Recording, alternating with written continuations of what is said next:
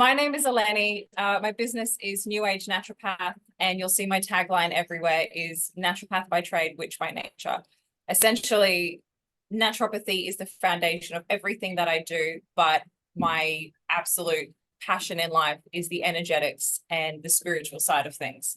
So this particular topic of the oral contraceptive pill and other forms of hormonal treatment is mainly around how that affects the physical body as well as the spiritual bodies, because it's kind of, that's the part of it people to forget about. Yeah. I think it's such a valuable topic to discuss. And thank you for having this discussion with me, recorded Oh, for purposes. my absolute pleasure. Yeah, it needs to be discussed. The impact of, hormonal contraceptives is there's a lot of research. There's a lot of facts that now validate people's intuitive and, physical symptoms and things that have happened when they have taken these drugs. Oh, massively. And I just feel like look, don't get me wrong. The pill has revolutionized women's choices from when it came out, because it was very much like back in the day when it was all released, if you fell pregnant, then it was almost a life sentence with, the person you were with, and then the way the community would treat you. So in this discussion, I'm not saying the pill is the devil from a feminism point of view or anything like that. I'm talking about just physically, emotionally, and spiritually, how it has the effect on the body. Whatever people go to choose to do is 100% on them. My clients will definitely tell you when I ask the question, because it'll come up in the cards, in particular card readings that I do. It'll come up as hormonal dysregulation with especially the flower essences. And the first thing I need to ask is, are you on the pill or any form of hormonal treatment? And I know what the answer is because the card is there, and I try so hard for my eye not to twitch, because I know that this woman has probably been gaslit her entire time taking it, thinking that this is what is best for her, even though she's potentially gone to the doctor or she's gone to her partner, whoever, saying, I don't feel right, this isn't right, this hasn't been right for years. And it's just get told that it's normal, it's fine, it's normal. Fucking word normal really gets me. I will also try not to swear. I swear like a sailor. Sorry. All good. Okay, fantastic. It's just, yeah, it's a topic and education around women's bodies that it just frustrates me, because we deserve better. Yeah. And it goes back to informed consent, really. Having the full picture. Really. Yeah. Have you ever been on the OCP or any form of hormonal treatment yourself? When I was like a teenager for like 3 years, and then I was like intuitively, no, this doesn't feel right. Let's just I was the I'm in same. a long-term relationship as well. So it was like, your friend, you hear stories of your friends and what they're taking. And it was like, I remember one pill was called like the Yasmin, and there was another one, and some of it was for like breakouts. And then, the doctor would say, hey, if you've got breakouts, just take this. That's your magic pill to have a better face and all of that. So, I mean, I don't have that much knowledge on it, apart from I've taken it, didn't love it. I stopped taking it, haven't had it for 33 now, so probably, I don't know, 15 years. Yeah, that's awesome. I'm really glad that you listened to your body and that was able to dictate your decision. I feel like a lot of the time when you're on the pill, it actually has a really direct effect on your intuitive abilities. Like it just dampens everything down because of the way I think it affects our hormones. It stops us from being able to connect into ourselves and feel validated by that. I started on the pill when I was 16, and again, long-term relationship. I was with that partner for 8 years, and this is the reason I'm going through this anecdote is because it is relevant. I swear to God. I had chosen that partner. It was high school sweethearts, and this is before I was on the pill. Decided to go on the pill because we were sexually active, and I didn't want to fall pregnant as a 16, 17-year-old. So yay for that decision, but also not understanding how that was going to affect me moving forward. All I knew about it and all the doctor said was, you don't have to have a period with it. your skin will be better with it and your periods won't hurt. And I was like, tick, tick, tick. Awesome. Then fast forward about 4 or 5 years, I then started practicing or studying naturopathy. And I started actually learning the mechanisms that were switched on and switched off by taking the pill. And I was like, what? There is no way I would have consented to this if I had known even then that this is what was happening. So informed consent is massive. It isn't just the highlight reel that they tell you. Like if you actually unfold the leaflet that comes with it, it's like you could cover yourself at nighttime with it. Like it's huge. And these are all side effects on that either young woman or woman's body. It's really dangerous, but it's completely just like, nah, that only happens to a really rare percent of people. Except what is accepted as normal along with it is depression, anxiety, paranoia, blood clots, all forms of like breast swelling and pain. That the paranoia is one of the things that got me massively. And I remember, and my bleeding changed, and I just thought, well, this isn't normal because I've had my period for, at that point, 4 years. And I was like, it's changed so dramatically. This doesn't feel right. I would go to the doctor and say, this doesn't feel like a proper period. She goes, no, no, no, this is how it's supposed to be. And I'm like, okay, yay. But just not having my feelings or my body functions validated for what felt right. So you end up kind of just going, okay, well, I'll just carry along with it, especially being so young. Yeah, and how that then changed my relationship with that partner was just huge. Absolutely massive. I started allowing some really, and now look, I'm not saying all of this is the pill's fault, but I am saying that there was a large part of this that was driven where I was not in control. And as soon as I was able to come off of the pill, it was like day and night. Yeah. And that's All what of a sudden, made me intrigued in this conversation with you was when we had that brief DM back and forward about the contraceptive pill. And you began your rant, and I'm like, wait, hold it. Let's have a convo. I get really passionate about it because it's just like I'm a naturopath by trade, like I said. So I eat really well. I do all the things that you're supposed to do. So, and even when I was a student, I was still doing all the stuff that I was supposed to be doing for my body and things that were working. So as soon as I came off of that pill and I started really, I'm probably the best way I can word it is anchoring back into my body. I was able to start saying no to shit that no longer worked for, well, probably never worked for me, but I was allowing. We were in a group of friends at a gathering, and one of the girls goes, why would you come off the pill? And my ex said, because she hates me. And I've just gone, interesting. You're seeing it as a punishment because now you can't just do whatever you want to do whenever you want to do it. Whereas I'm seeing it as really, really empowering because I'm starting to learn my body probably properly for the first time as an adult. Yeah. And I found it amazing. I felt emotionally empowered. I felt physically in control. And I felt like I was the one driving the bus. I'd been on the bus the whole time, but someone else was driving. Yeah. And I don't know about you, but man, the crazy bitchy that would come out of my mouth when I was on the pill, oh, it was a nutcase. Like Yeah. that bloke was perfect, but I wasn't great either when I was on the pill. I was just a hormonal bitch is the way I put it. And it wasn't my hormones. Yeah. Well, I mean, if you even look at it from an energetic space, the what governs our hormones are different glands, and they all relate to our chakras, which then relates to our emotions, which then yeah, like it's a thing, and I can see it being a thing, which is why I wanted to talk to you to learn more about it from your perspective. Well, I have like a billion notes here. So is there anything specific that you wanted me to sort of touch on with it?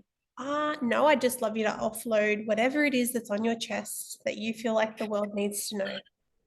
Get comfy, guys. Okay, well, one of the big things you were talking about glands. So it's the pituitary gland that really navigates how much estrogen and progesterone we need to make for our bodies. So the pituitary gland, everything kind of sits up we need it to sit. So if you're dealing with chakras and you've got the pineal gland, you've got your thyroid, your throat, you've got everything here. If one of your glands isn't functioning properly, all of them go out. It's a really delicate balance because, for example, if your thyroid's not functioning properly, your adrenals will start overcompensating. Yeah. And your adrenals are amazing because they can simulate all different types of things and get the job done, but then they deal with the burnout that comes with that. Which is So your root chakra, which is your sense of stability and safety and all of that. yeah, absolutely. So then you're going to stay in fight, flight, and freeze for so much longer than what you have to.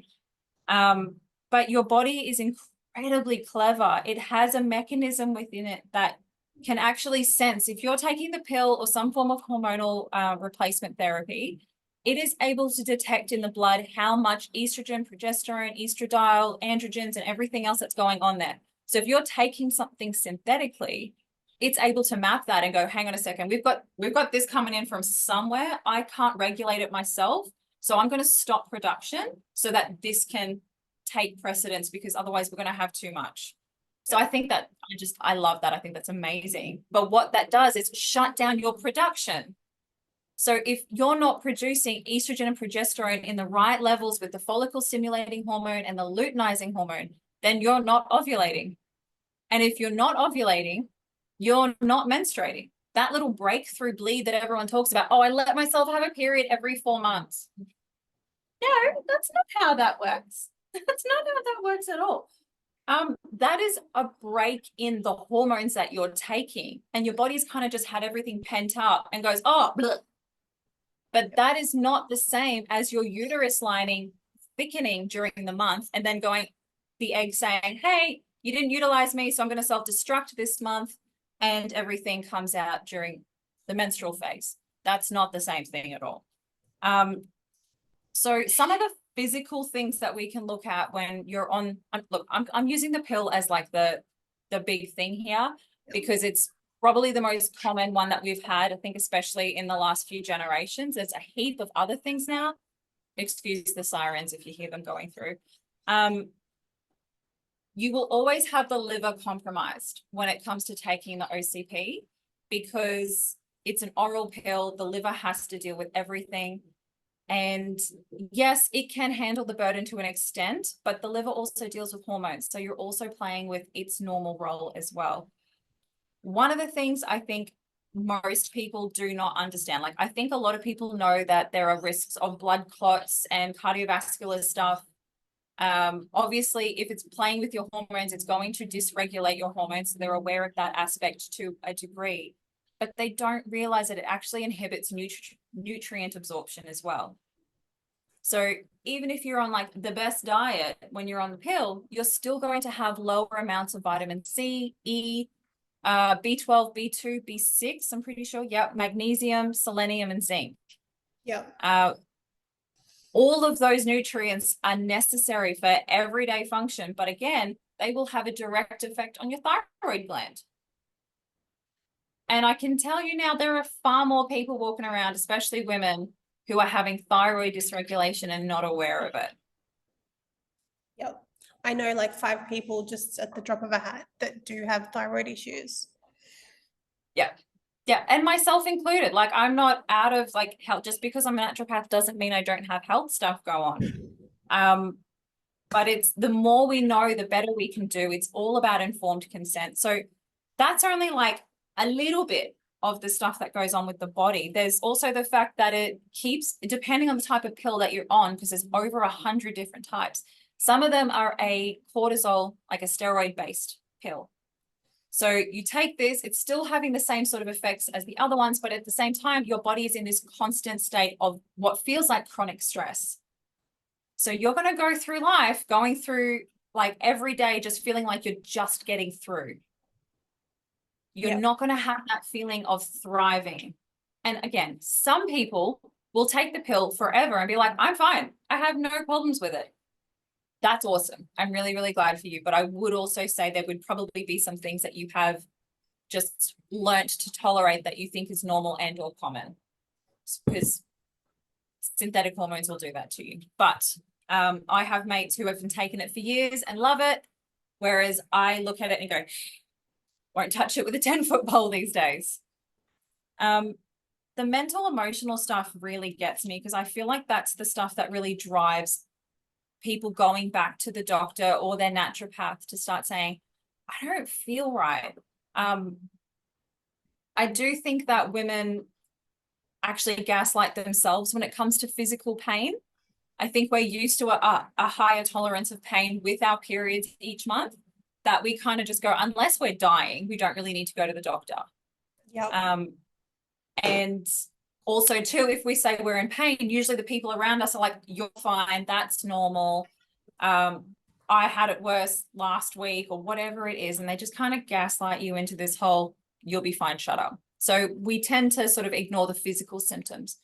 But when the mental, emotional stuff come in, it gets really heavy. It can get really scary with the anxiety, the depression, and the paranoia for one. And I would say one of the worst ones of all is the low libido. Yeah. Like, that makes people so sad because they're taking this pill so that they can have more sex safely. Yeah. And they don't want to because everything is flattened out. They're not getting that rise of estrogen in the middle of their cycle to be like, ah. They're just like, yeah, cool. I'll lie here and you do what you got to do. But that's Yeah. not the same as being involved with it. And for someone who does like sex magic and talks a lot about sex magic, it's a Yeah. good way to just not put a lot of energy to it. Yeah, and then that will affect your magic and that will affect your manifestations or whatever you're charging. Yeah. Because your sacral doesn't have the expression that it requires to create the energy that it needs. And your heart's not in it. You're actually disconnected from your body, the sensations, the joy, and the fire of all of that energy. Yeah. It just makes me so sad. I never had the libido issues on the pill. But I also, fun fact for anyone listening at home, I used to also have breast implants during that time. I was a very different person then, guys. And that actually caused a whole bunch of hormonal dysregulation within me as well. So yeah, it was not a great combination for my physical body. Yeah.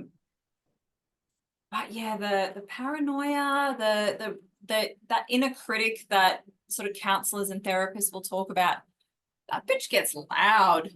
When you're paranoid and you're not the one sort of in control, you can hear your mouth running, but you can't tell it what to say. It's Yeah. really You scary. disassociate from yourself. Yeah. Yeah. And then you go down the shame and the remorse and the guilt of everything that's just happened. And you're like, I don't know why I do this. And you start internalizing this as, oh my God, this is just who I am. I am not a nice person, or I'm just bitchy, or this is what being hormonal looks and feels like. Yeah. And it's like, yeah, to a point, but that's when you're hormonal and not in a healthy state. Yeah. And I see it Um, like the as above, so below. We've got the macrocosm and microcosm. The earth has its own cycles, thus we have our own cycles too. You yeah, know, we need that to maintain balance. that is and I've got this underlined here in my notes. Like, that is our fertility. It's not a disease, it's our superpower. And whether you're using your fertile window for procreation, whether you're using it for sex magic and manifestation or ritual work, whether you're just using it because you feel like Superwoman, that is our superpower. We have these ebbs and these flows. And the reason why our fertility becomes inconvenient is because of our lack of understanding of our physical bodies and the cycles and phases of the earth and moon. Yeah. If we have that, if we're able to understand that for ourselves individually as well as collectively, I think that's probably one of the reasons why the pill was invented. Like, I know this is going to sound like a conspiracy theory, but 100%, if that wasn't being made to just dampen down female power, I don't know what was. Because I have seen women literally just walk around on autopilot and then all of a sudden they come off and it's like the lights are on. And I get a little bit excited and scared because I was like, holy shit, I get to see a new version of you. The world gets to see a new version of you. And I'm excited for it. But also, if you're not in the right relationship, be prepared for that to fall away. Yep. So And I think that was one of the things that we spoke about. yeah, that's what you talked about of how, oh, should I go back and see? Because it I think it was was to do with the pheromones. pheromones. Yes, it was. Yeah. Yeah, Yeah. it's crazy. And like I've been doing more research on it today so I can sound all fancy and shit. But it's essentially just reconfirming what I know of the human body as well as our just animalistic selves. I fucking love it. So during the month, obviously there's a bunch of hormones. It's not just estrogen, progesterone, testosterone, and androgens. All of these branch out into many different forms. But to kind of simplify it, is there's two phases that our body will go through during our cycle.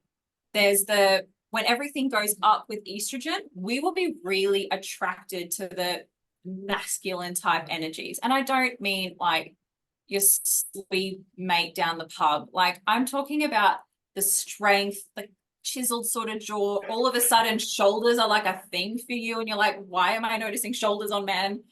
Just whatever it is, it's your masculine turn on, and everyone's going to have a weird thing for themselves. Mine's a hairy Greek and he's downstairs.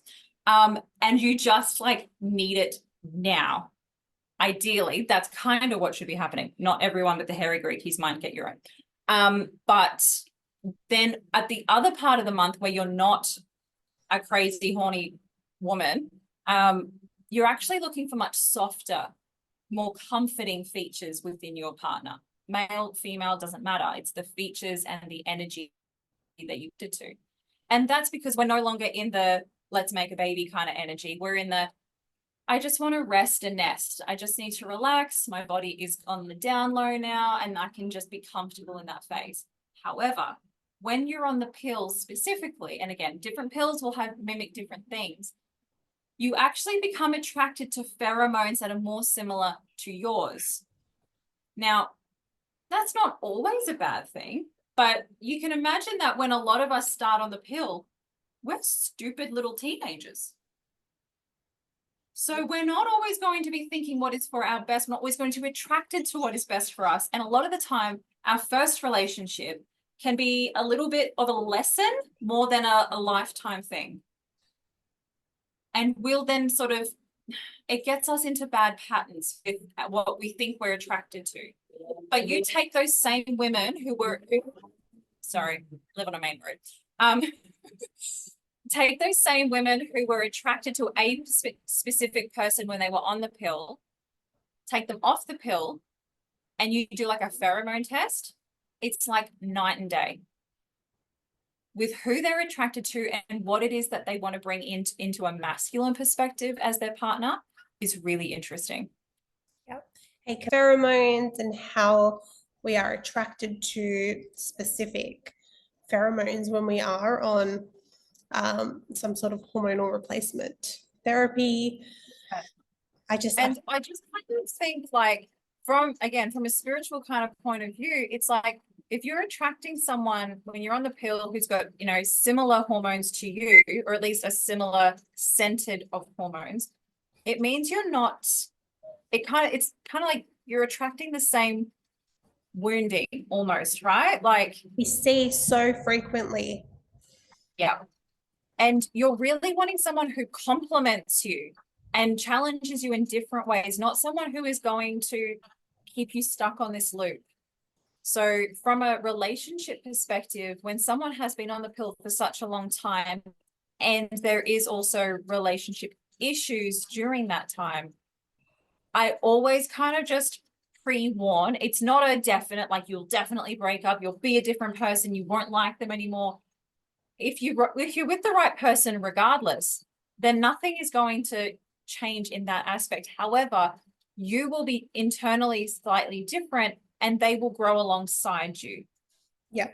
So you're with the right person, you're with the right person. There's nothing to be concerned about. But I have seen many, many clients, family members, friends who have been with this person for such a long time that they're not the same person they were when they started taking the pill from when they were in the beginning of the relationship with all relationships.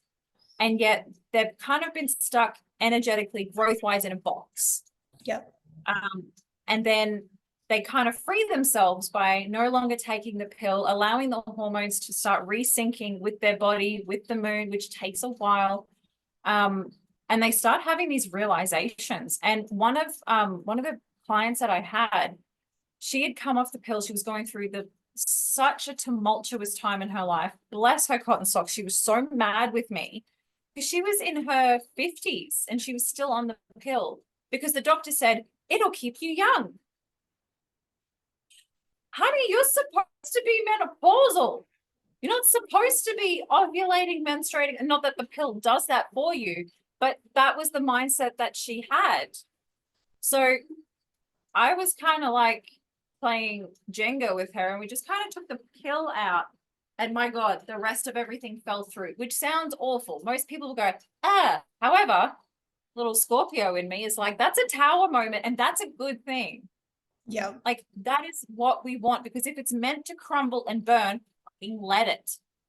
So Amen. for this particular client, she came off the pill. She had these huge realizations. Bless her cotton socks. She doesn't attribute any of it to that, but you could see this shift in her.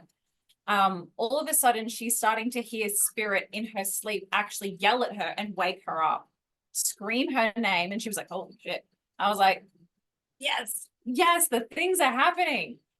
She told her husband to, and rightfully so. It was just all of a sudden, even though life was getting a lot harder, she had more capacity and power to actually deal with it. Yeah.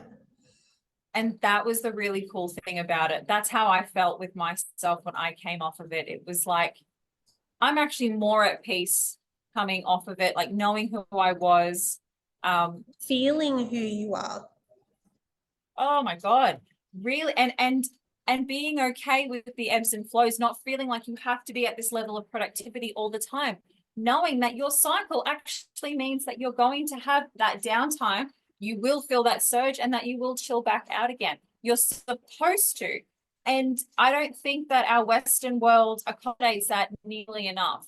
Because if you're working a 9 to 5, if you're, whatever your job, your family capacity is, there's a level of energy you need to hold at all times. And as women, we're just not meant to do 100 billion things 24 hours a day. I know we can, but we shouldn't be. If we choose to, we absolutely can. Yeah. Like this, the whole, we can have it all. Yeah, we can, but I wouldn't. I absolutely wouldn't. It's too much. The body, I think, is one of the reasons as well why. Yes, it is forcing your body into a state of stress and ability that you just don't need to hold unless you're in some sort of survival situation, which I would also argue our bodies believe that we are, that you just don't need to be doing it. Just give yourself permission to be like, again, I say give yourself permission, like it's that easy.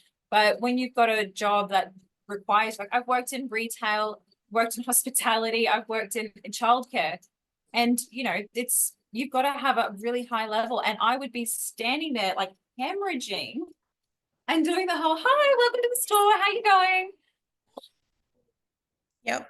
I now work from home, which I know is not able for everyone, but I now work from home. I still have epic periods, but they do not floor me the way that they used to when I was having to hold myself upright all day and put on the mask of everything's okay. Yep. It's your bodies are meant to be soft and relaxed during those times. They're not meant to be made to feel like they're inconvenient or gross or anything like that. Like is literally, I think, one of the reasons why we live longer than men as well, because we actually shed all of the crap that we no longer need for the month. I see it as a report card. How did I go over the month? How is it showing me how I've been the last 3 months? Yeah. It's a great indicator of health. It's amazing. Yeah. And again, if you're doing sex magic, having sex on your periods, not the worst thing. I'm in full agreement here. I agree. Even just from a energetic perspective, when you are in your different phases, you can then utilize that. So if you are in a rest mode and you would like to expand that rest mode so that it's more productive in rest, then you absolutely can. If you are in tune with how you feel, the cycles that ebb and flow within you. And it's just like, I can't imagine my life not being tapped into how I'm truly feeling in any given moment. Like, I can't Yeah. imagine what that's like. I did it for a while, but that's like a long, long time ago. But for me now, if I'm pretty much guided by how I'm feeling in any given day. Yep. And I'm very much yeah, the same. my level of able to check in with myself dictates how much work I take on, what I do, whether I jump on a Zoom with you or whether I go home early, take the dogs to the beach because I feel like I need more space for myself. Like it, Yeah. yeah. And if I was on, a strict, rigid schedule where I had to do this and be there and do that, like I would be so depleted. Yeah. Oh, hugely. Absolutely. And again, because you're then not in a safe place to, whether it's menstruate or be in just that downtime, your body then starts using the other hormones to start amping everything up, which means your muscles are going to contract and going to cause you far more pain during that period of time. Also, like while we're talking about the energetics of the female cycle, even the different products that you use during menstruation can have quite a direct effect.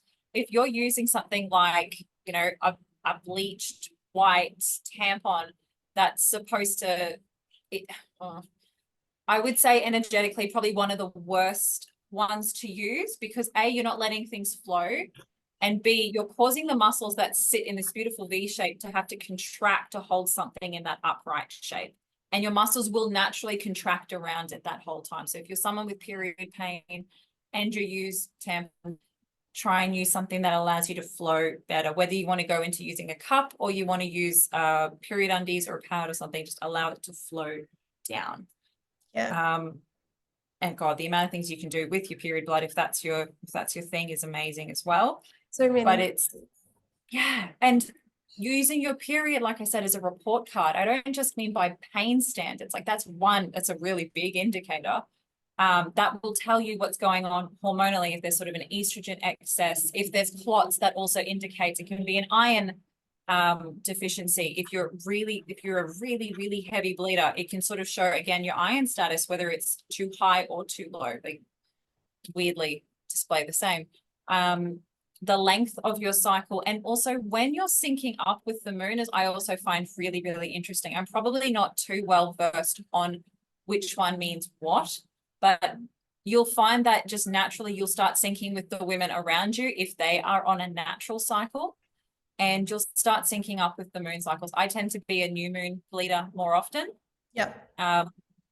which is great because that means there's a full moon. So I'm probably getting close to ovulation. So that explains a bit. But again, like I'm able to read my body like that because I've had all that time with it, that I've been able to learn what feels right, what doesn't. And when it doesn't, I outsource. I don't only just treat myself. I'm able to do a certain amount, but I reach out to my acupuncturist friends, to my naturopath friends, to my other fellow spiritual practitioners, and just be like, what's up? Is there a planet that's fucking with my ovaries right now? Or is it something else? Like, what do I need to be aware of? Yeah. Like, it's like, because of how linked we are to the moon, it makes sense to deal with the emotions around it all. Yeah. And the things that we consume that can alter and impact us, like these pills. Um, Absolutely. like it's just there needs to be a study done or something on the emotional effects of this because I would love to see it. I've Um, actually just read one this morning. oh, Yeah, it was a study done. It's on PubMed, and I think the lady's name is like Helen Klaus, or something along those lines. Apologies if I got that wrong. But it's about was it the psychological, the emotional, and mental drain on the female body with the pill. And one of the spiritual as well, which I thought was really interesting. I thought, oh, it's going to talk about all these things. Now I talked about the Catholic Church, but still relevant to a degree because what they were saying was that when women are on the pill, there's more sexual freedom. They feel less accepted by, I guess, the Catholic community. They were less likely to go to church, and then was having less of a connection, I guess, in a communal sense to to their God. That's fine. I get it. Which then also then tied into the Catholic Church not loving the fact that there's a form of contraception, because then that means you're not making babies, and how dare you? So Wait, there are studies done, which I thought was really interesting. I was going to say, wait until they find out the concept that we are actually God within ourselves. Yeah, and also that you can actually use your own cycle to figure out when you are fertile and when you are not, which is a form of natural contraception. Yeah, that's what I do. That's what I've used. And I'm not pregnant unintentionally ever, really. No. I've had 3 intentional pregnancies, and the entire rest of the time, completely unaltered by any medicines and Yeah. not pregnant. So No. it works. It does, but again, that's with someone who knows their cycle, who knows that it has an understanding of how that works. Yeah. I would say the vast majority of women kind of they're very disconnected from it, and unless either a doctor has told them or someone has sort of filled them in, they don't really know themselves. So learning what a healthy cycle, not a normal cycle, what a healthy cycle looks like for you, because people get the words normal and common mixed up a lot. They're not the same thing. So what does a healthy cycle look like for you? That way you're going to be able to map your temperature, your mucus charting, and all of that, and actually see where you're having that rise of hormones, so you know when you are spiking for your ovulation. Yep. I actually had a chat with a client last week about it. It was really interesting. And I sent her my temperature charting, and I was like, have a look. Can you tell me? This was totally a trapped question, because I was like, can you tell me where I've ovulated in this month? And she's looked at the dots and the graph, and she's like, I've got no idea. I was like, okay, that's totally fine, because you haven't been educated on it. But if you had been, you would see here on this day that this is where the spike is. That's the day I've ovulated. But you have so many variables with that. If you've got someone who's just come off the pill and is wanting to either fall pregnant or no longer be on the pill, they're going to think that they ovulate directly on day 14, and that's not going to be the case. Yeah. So yeah, mapping yourselves, going to a practitioner who is able to guide you through what that looks like and how to support you best, because you will have a hormone drop, and you can be super supported and loved and educated and empowered through that whole process. Yeah. If that's a choice anyone wants to make. Well, that's it. And it's all about having, like we said, informed consent. And if this topic isn't discussed from your doctor or your practitioner of wherever you get your information from, then you aren't getting the full picture of things. No. And you deserve that. You deserve to know the bus that you're driving and how it operates. Absolutely. And, women for such a long time have been suppressed in everything that they've done. Like even going into work, having children, being part of a community, or being forced to be part of a community. This is the one thing that we can own. Yeah, absolutely. It's because men don't have this. And most studies are done on men. Even heart attack studies are done on men. It's as if women don't have hearts. We just expected that we're going to have a heart attack the exact same way. We have a completely different series of events that happen when we have a heart attack. But we don't know that because all the studies have been done on blokes, and we think we're going to get the exact same things. So we're actually more likely to die of a heart attack because we're like, oh, is that period pain? Is it an appendix? Is my kidney or my spleen sore? No, I've got no freaking clue. I'm just going to not go. Yep. We're different. We deserve to be empowered and educated with our bodies. And pleasure is a birthright as well. Absolutely. Yeah. Absolutely. And it's not your whole fertility, creativity, your sacral chakra, your period, and everything that comes along with it is not an inconvenient thing. It is there for a reason. It is there for a spiritual and physical reason to keep us super happy and connected into something much, much bigger than just us as individuals, I personally think. Mm-hmm. And even for the absolute skeptic that doesn't believe in any of this, which I don't think they'd be watching or listening to this anyway, but if they so happen to stumble across it, you think about the sacral chakra and the womb region, how the element that has been listed for thousands of years The element of the sacral chakra is water. The moon governs water. The body, all the bodies of water on earth is governed by the moon. And that in reflection, it goes back to this, the women's cycle and all of that, and how we just can link everything, like again, as above, so below, as within, so without. We do not have a separate existence to anything and everything on this earth. And that's what we need to remember. Absolutely. And the fact that women can hang out with each other and their periods will change and sync up with the other women around them, that's not a woo-woo thing. That is a biological thing that we do. Yeah. Like, that just blows my mind. It blows my mind. And you think about if we were all living in tribes or villages or whatever, and when women would menstruate, they would all go away together. They would all have that time together.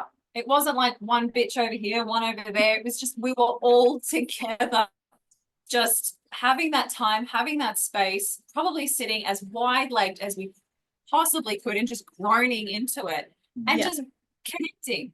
Yeah. Like, I remember learning that. I think I was like 19. So this is before I became a naturopath. And I was working in childcare and I was on the pill. And one of the older ladies there told me that. And I was like, hold up. You're telling me that just because I'm hanging around you ladies, my period's going to do what your period's doing. Okay, sure thing. Obviously, then I become a naturopath. I well and truly off the pill.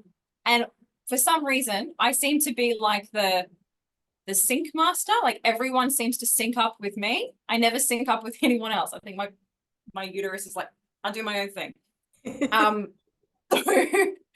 Everyone's cycle starts getting thrown out until all of us at work start cycling together. And you can see it.